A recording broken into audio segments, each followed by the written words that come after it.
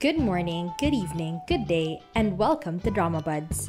I'm Francine. I really love K-dramas, and I'm going to spend as much time as I want talking about them. Welcome to my podcast.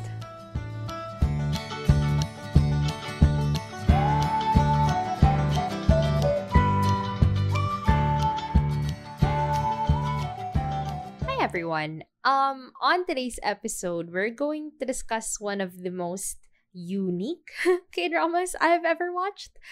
And it's not unique because the setting or the world building is so fantastic, or in this fantasy world that's so unique, or there's this cool gimmick or superpower or trope or whatever. It's I would love to describe it as sports anime but in K-drama form. And you're not really rooting for the players, you're rooting for the managers, for the management behind the professional team. So our show for today is Stove League, or Hot Stove League, which, by the way, was the best drama awardee for the Baeksang Arts Awards earlier this year, which, as a fledgling K-drama stan who only watched Hospital Playlist, The World of the Married, that stuff back then, I thought what is this show? Why wouldn't The World of the Married win best drama or something? But when I watched this show, I realized, damn, this is a really, really, really well written, well plotted, well based drama, and it totally deserves that award. And another amazing thing about it is that this is actually the first work of this director and this writer. Imagine just rookies. I mean, I don't know them. I don't actually know their history, what they've helped people work on before, but this is their first major work as a director and as a writer. So just the fact that they've achieved that is pretty amazing. And once again, well-deserved. Best drama is really a culmination of, screenplay, directing, acting, editing, everything. And absolutely, they deserve it. So, our show is essentially about a professional baseball team that's on the down low, and they have a new general manager who shakes things up and basically brings new life to the team. So let's start talking about that general manager, Mr. Baeksang, played by Nam Gong-min. So yes, I mentioned he's the new general manager of the Dreams, which is this baseball team that's been at the bottom of the league for at least 4 years. I remember they said they've been in 10th place, 10 out of 10 for 4 years. And then, I don't know, for the past 10 years, I guess, they've been 9th place, 10th place. So, needless to say, they are really not they're not good at baseball, And I don't know what happened to the previous general manager, but yeah, they ended up hiring Baeksang, and he personally has no baseball experience. He's not even an athlete. But he does have experience in managing sports teams before. So, I think it's an ice hockey team and a Korean wrestling team. And his unique history is that after managing those teams for a year, they disbanded. And so why he was hired by the owner of the team, the Jason Group, because they wanted to disband the baseball team, because they're a consumer goods company, I think. And yeah, the baseball team has not been generating any profits, but they can't just disband it, willy-nilly, because it's a regional, it's their team in that region, and the backlash would probably be really bad for them if they just disbanded a team that the locals are patronizing and really supporting. So find a way. They hired Baeksang and said, just find a way to get this team disbanded. And at first this guy is very cold, he's very aloof, he doesn't communicate with the other managers and the players, and no one knows why he's doing the things that he's doing. But he makes really, really smart moves and trades and negotiations that end up really helping the team. And so you think, but you as a viewer know that the president of the owner of the team, essentially, like told him and hired him to disband this team, to disband the Dreams, right? So you think, what's he doing? Why is he making all these smart moves and actually helping the team so much? And then you realize, you know what? This guy is just really damn good at this job and he will not quit on it. So yeah. He's a bit difficult to read at the start, and it doesn't help that he's not very emotive. But yeah, he is the main character of the show. I mean, although there are other like main characters, the next ones I'll mention, like, to be honest, the level of like characterization and how much like agency they have. I'm not saying the other characters don't have agency. I mean, I'm just saying like Baeksang Soo is really the protagonist of this show. Like, the others are main cast level, yes, but in terms of like characterization, screen time, and just in general how well you know them and how much they do in the story, Baeksang Soo is our protagonist. But here are the people that are both on his side and those who are not on his side. So the second, or the other main character of the show is Lee Se-young, played by my girl Park Eun-bin. She is the operations team leader of the Dreams. She's a local here. She grew up in this region, and she's just very loyal and very passionate about the team, and she's willing to do anything for the Dreams. And you know, Baeksang Soo's problem is that he's really smart and he really knows what he's doing, even if he's an outsider in baseball. Like, he studied so much just to like understand what he's supposed to do as the general manager. And even though he is the brains of the team, because he doesn't communicate with people. Like, people think he's cold or people don't understand his motives. But Se-young is the one who, among all the team leaders and all the staff, like, she's the one who really tries to talk to him and tries to like understand where he's coming from. And so if Baeksang Soo is the brain of the team, Lee Se-young, I think, is the heart of the team. Like, she really just as the operations team leader, she arranges everything. She arranges negotiations, team dinners, everything, just to like keep this team and to keep the management together. And by her side, always, is Han Jae-hee, played by Jo Byung-kyu. She's Se-young's subordinate and kind of her assistant at this point. And his backstory is that he's like a rich boy who's the son of a chairman of another group. And at first he came into the like open recruitment for the Dreams management team, like not caring at all, because you know he could get this job using his connections, right? Using his father. But Se-young like berated him. She like yelled at him like, don't be like that, essentially. Just like work hard. This is a team that matters to people. Don't be like this. I forgot. And you know, Han Jae-hee listened and he came back a year later. He actually knew some things. He actually cared about the job interview, and he got the job fair and square, no connections involved. And so that's how they became close. And she's kind of her little underling and all. And she just goes around helping Baeksang Soo and Lee Se-young. And our last main character is Kwon Kyung-min, played by Oh Jung-se. He's kind of, I guess, for most of the show, he's the antagonist. But okay, we'll get to that later. Okay, so Kyung-min is the nephew of the chairman of the Jaesong group, which is the group that owns the Dreams, the Jaesong Dreams. And he's the acting owner of the group. And then eventually he like does something to move the president of the team back to the main office, the main Jaesong office, and then he becomes the president and the owner of the Dreams. And yeah, basically he's the one who hired Baeksang Soo to disband the Dreams.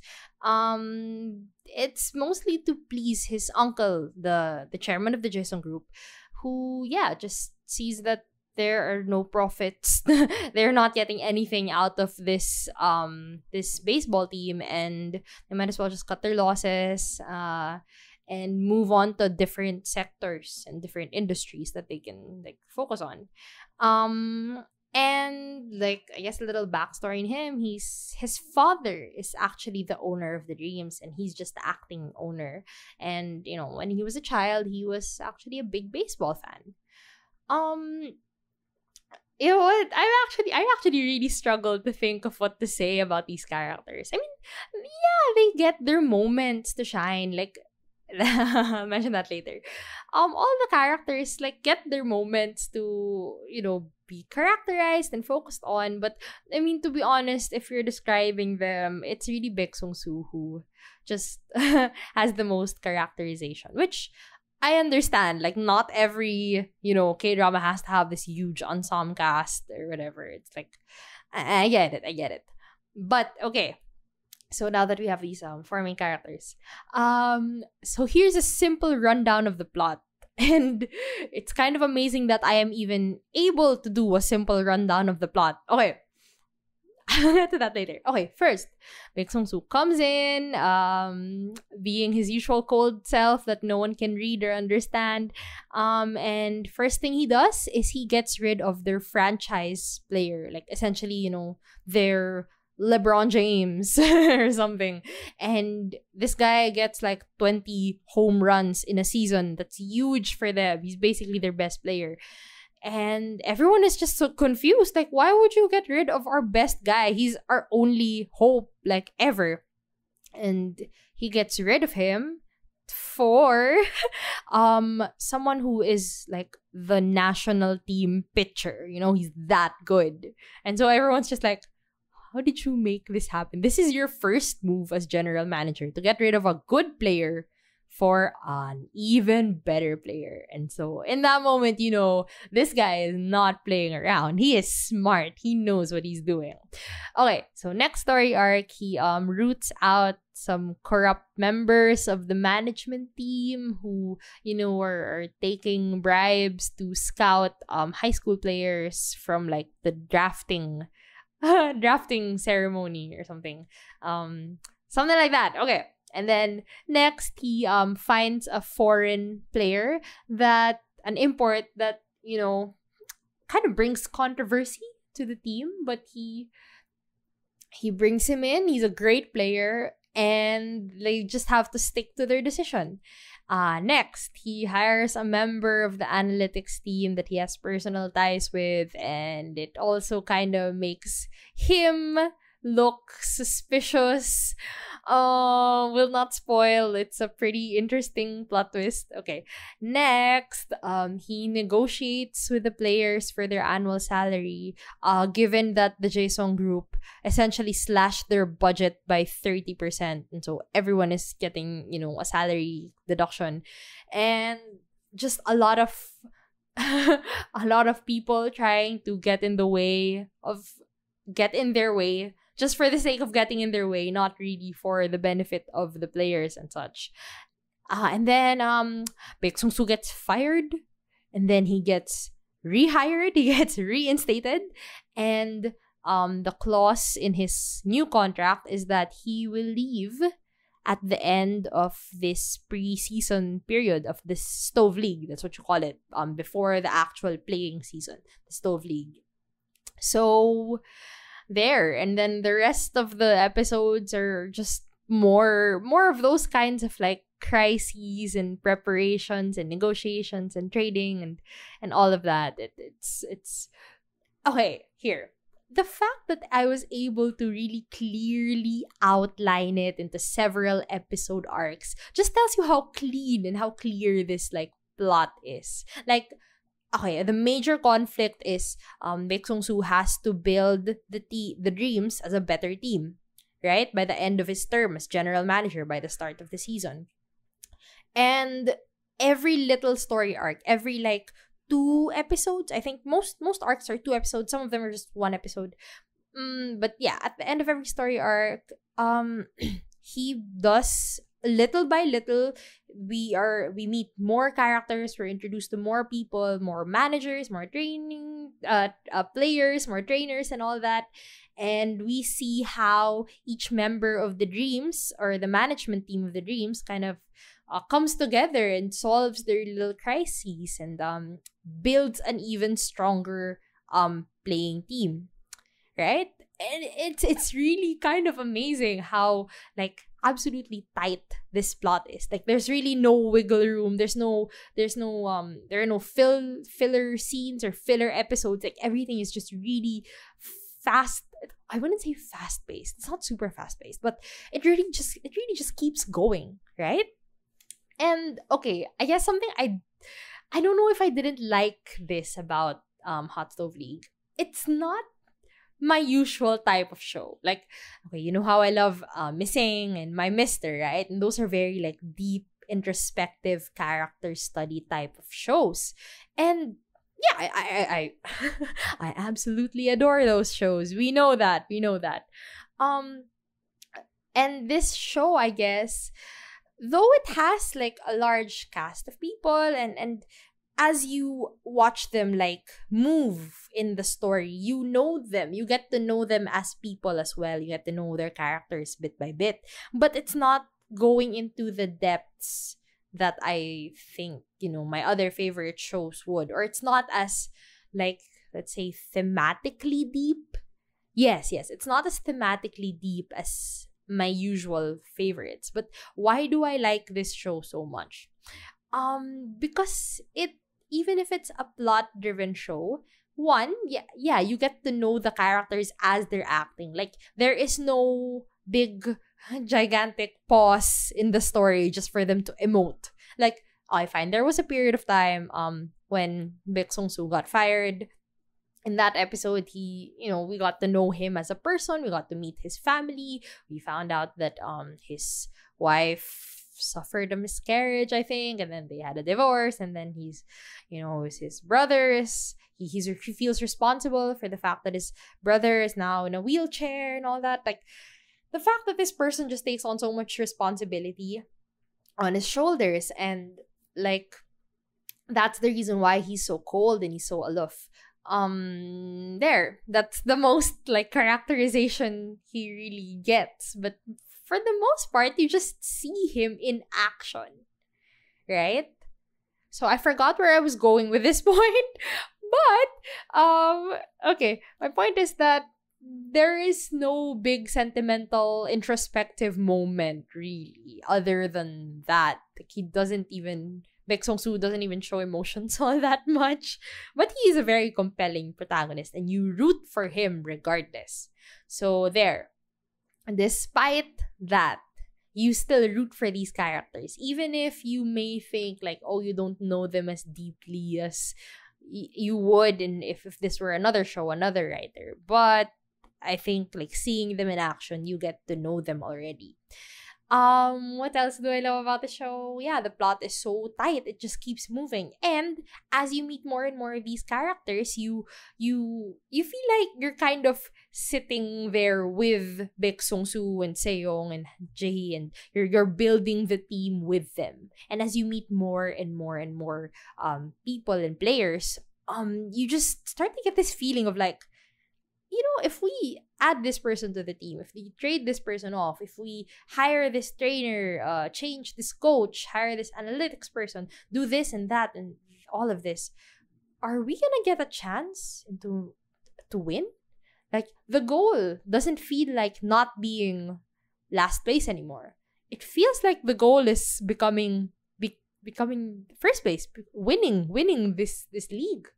It's an underdog story. It's truly an underdog story. But it's not just like, oh, randomly they become big shots and they're great already. It's like you're really seeing the process of how they started literally at the bottom for the past 4 years, and now they have a chance at, postseason, at the finals, at actually becoming the champions for once, right?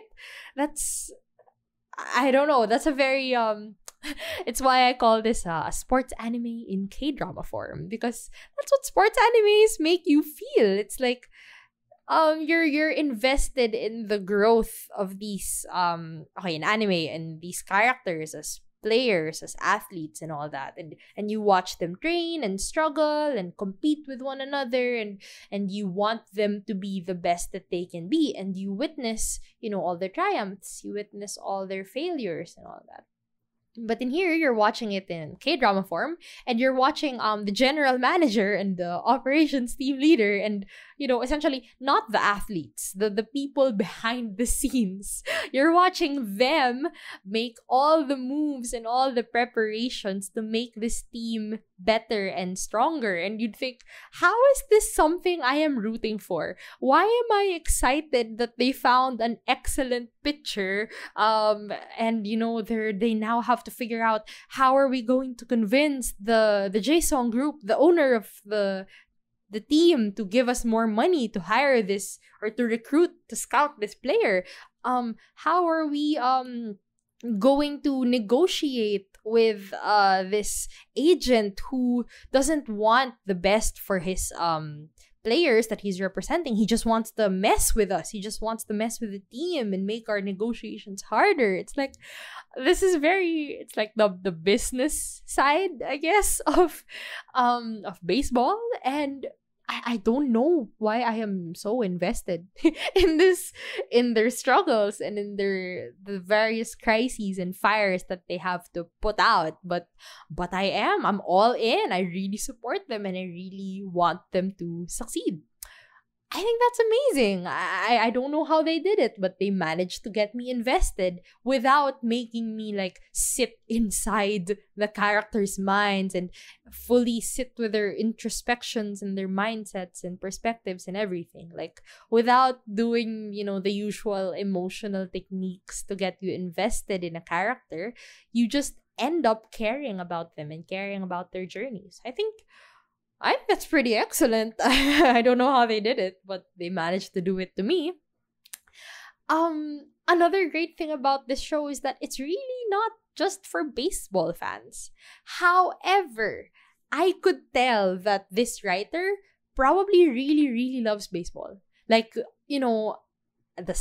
Discussing all the stats, or thinking about the different plays and play styles and all. I cannot pull up technical terms right now because I don't know anything about baseball except for the Wii Sports rules. But yeah, I could tell that this writer really knew what they were talking about, whether they were a former player or if they're just an enthusiast, a true fan of it. And so I love it. I love when you can see the passion of the creator in their work. Right? Because I think, if this were something that they just researched, that they did half-heartedly, you wouldn't get so invested in it, or you wouldn't be so immersed in their world. I remember the lead actor, Nam Gong-min.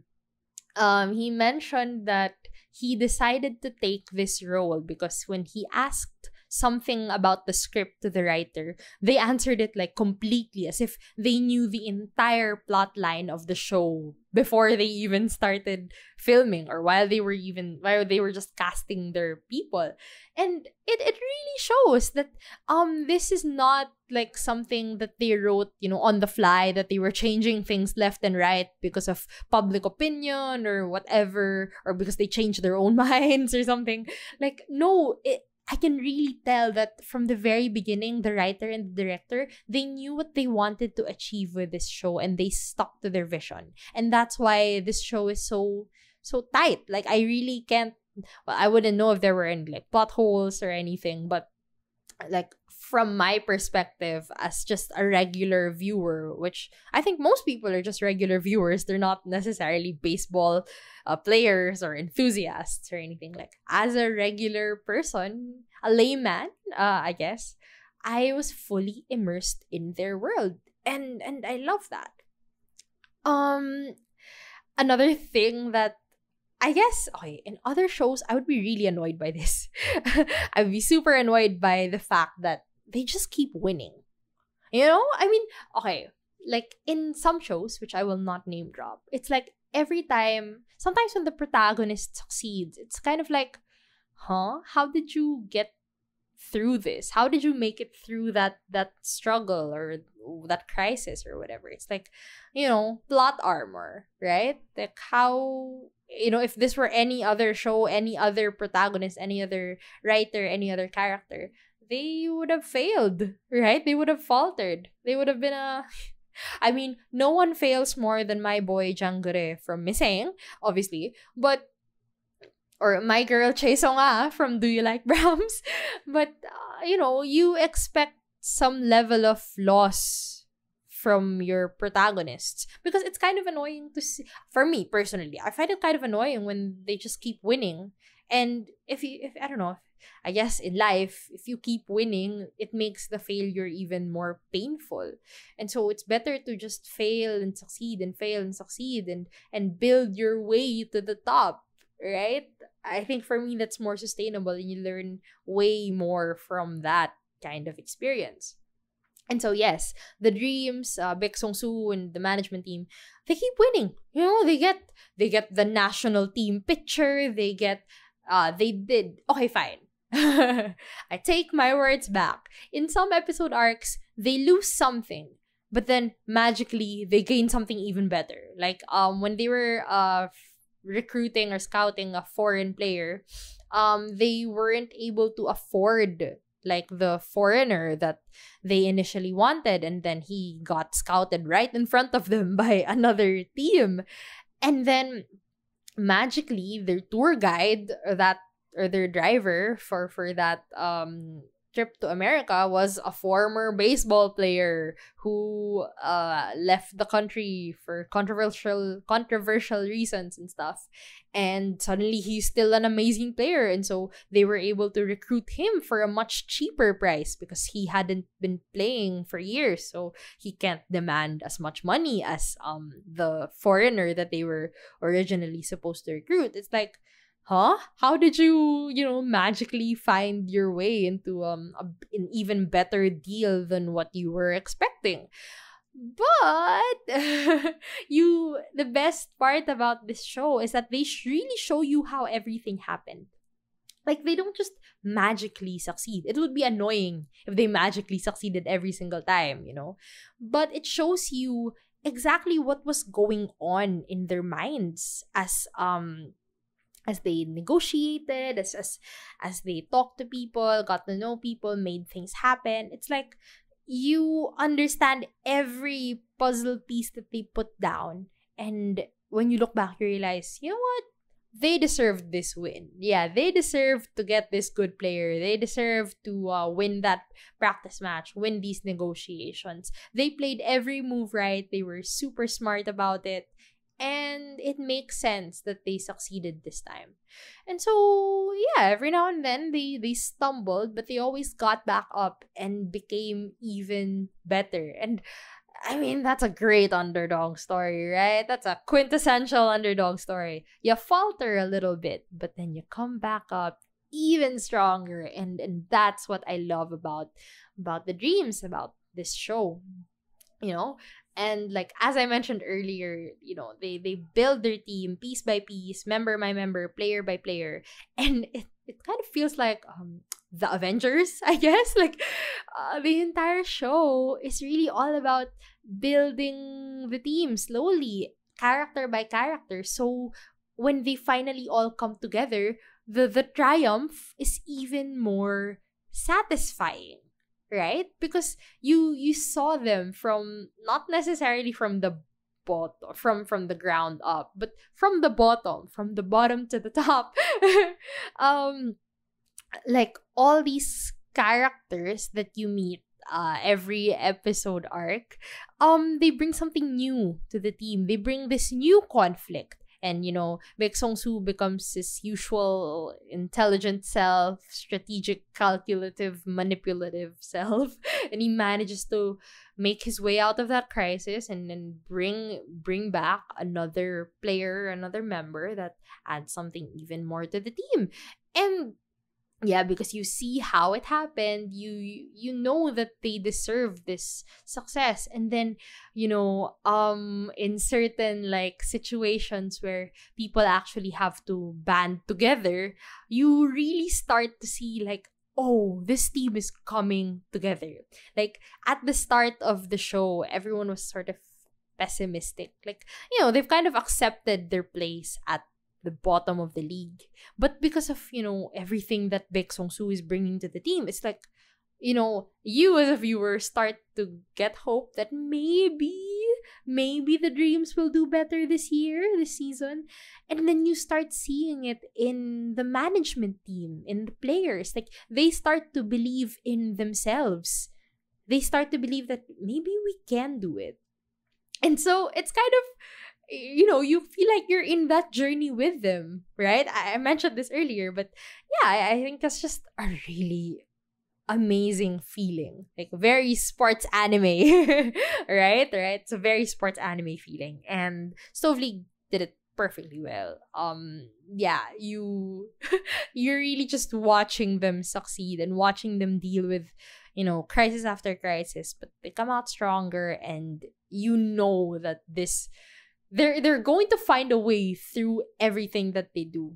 It's a show for optimists, It's a show for optimists where, like, you see this stuff, but you firmly believe in these characters that they're going to make it through. So it was really, like, uplifting to watch this show from start to finish. Oh, what else do I love about the show? I love that there is no romance. Yes, there's no romance in this show. Hell yeah. We have transcended the need for romance between our male and female leads.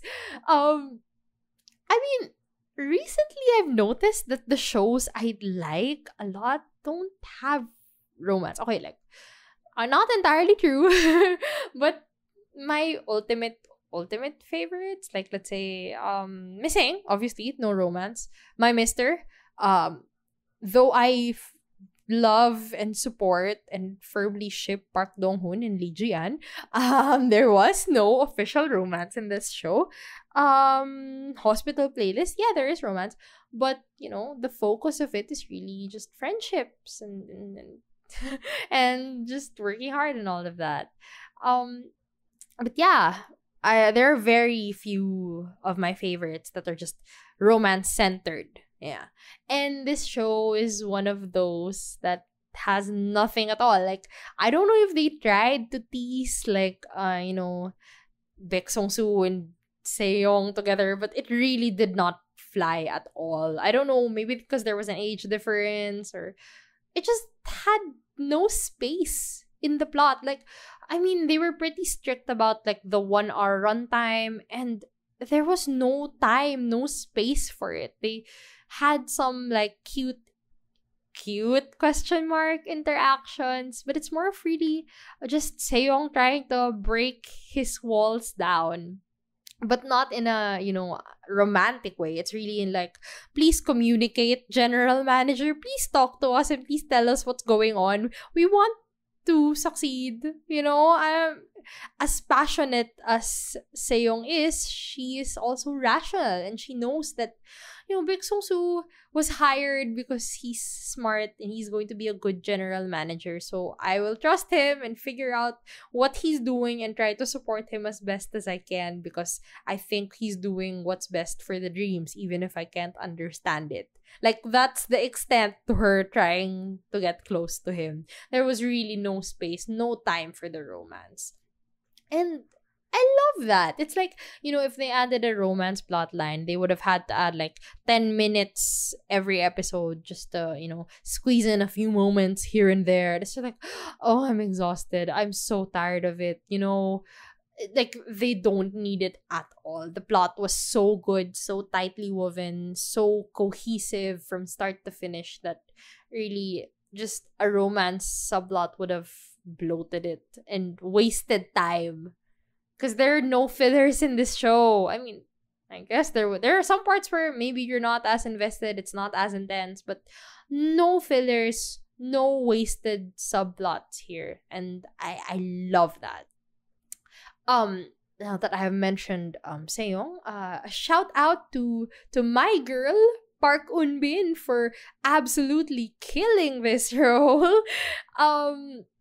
So Park Eun Bin is also in Do You Like Brahms, which I talked about in an earlier episode. And her aura from I watched Do You Like Brahms first, of course, but it came later this year.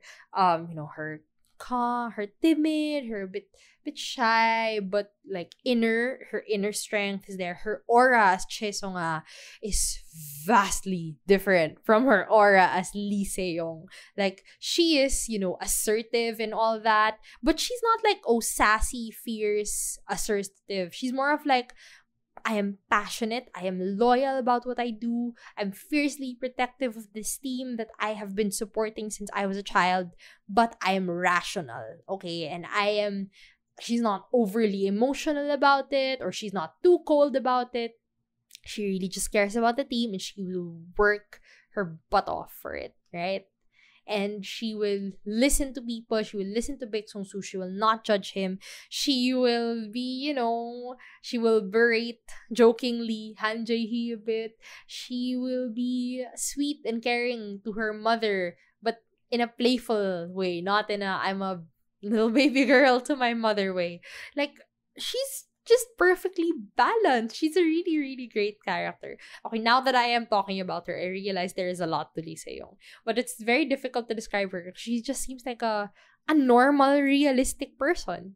Right? She's not just one big character trait and then that's it. She's very like nuanced, but not in the, the usual introspective nuanced way, or like, dark heavy backstory kind of nuance. Like, she's a living, breathing person. She's somewhere out there. Lee Se-young, there is a Lee Se-young somewhere out there, and I love that. And other than the exceptional writing, Park Eun Bin's performance totally sold her. Like, once again, she just melted into the role. She is Lee Se-young, the same way that she was Chae Song-a in Do You Like Brahms? Right? I love her so much. She's such a good actress, and I love her so much. I love how she played these roles just a few months apart, and yet, like, the aura is completely different. It's not just, you can't change like how she looks, how her face moves, how her voice sounds, most of the time, but just embodying the character, it's completely different. And she's a great actress. She's one of my faves. I'm just waiting for one more amazing role for her, and then I will just absolutely put her at the top of my list. I love her so much. Park Eun Bin is amazing, and I will watch more of her shows, definitely. What I mean, there has to be something negative about this show, other than like the kind of lack of characterization and stuff. But that's a me thing. But even if it's a me thing, I also really loved how plot driven it was, or how the plot moved. So I guess I'm not complaining that much. The OST. Yeah, I'm an OST girl. I really love a good OST. And I mean, this song had like, the opening song was kind of its anthem of sorts, but that was it. I don't remember. I didn't even know that there were other OST songs. There are only like 4 that have vocals in them, and I never noticed any of them. And so I thought, like, if it were a sports anime, kidding, if it's a sports K-drama, I would have thought there would be more like anthems to it, because music riles up emotions, like it evokes emotions, and I would have thought it would have been great if I heard more like anthems to it. Okay, but now that I'm thinking about it, I guess the rationale of it is like, if this were a baseball K-drama, like literally about the sports and the training and like the athletes, it's a bit more it's a bit more not impactful, but it's more intense there. It's a lot more intense, and so I would expect there would be a lot of, moments that call for like anthem type of songs. But because the focus is on the backstage, the behind the scenes people, the management team behind the athletes, I guess it's not as like intense or triumphant, their victories and their struggles, but they have their moments as well. And that's why I guess there aren't as many anthem songs as I would want, because their life in the backstage behind the scenes area is not as intense or as dramatic. But I mean, this show does have dramatic moments. Okay, there are some consequences to what they're doing. So I think still pretty cool, pretty well done, and I can understand why they made that choice. What else? Well, what else do I want from this show? Really, not much. I mean, it's really fantastic. It's from start to finish, so well paced, so tight, so easy to watch, because you get invested in them easily. Like, I guess it was a bit of a slow start because you didn't really know these characters yet and didn't know these people.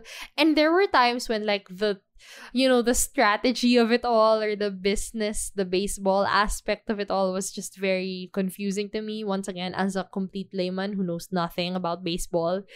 But that's a me problem. Maybe if you were like a little smarter, a little quicker than me in understanding things, like, you'd be fine. You know what? The only thing I want from this show? A second season. That's all I want from Hot Stove League. Please give me season 2. And I heard that the director or the writer confirmed, or not really confirmed, but said that, the actors are interested in reprising their roles for a second season, which I think is amazing. I mean, hey, if I were in this project, I would be happy to play these roles too, because they're simple, they're realistic people. They just have this singular goal. And because of that, it's easy to tell, like, a really tight and compelling story that doesn't stray too far into being, like, unrealistic or over dramatic or anything. And it'll probably take another, like, 2-3 years, but I would appreciate that, because I really want the writers to take as much time as they did with this one to really craft, like, such a not perfect narrative, but really compelling, exceptional plot.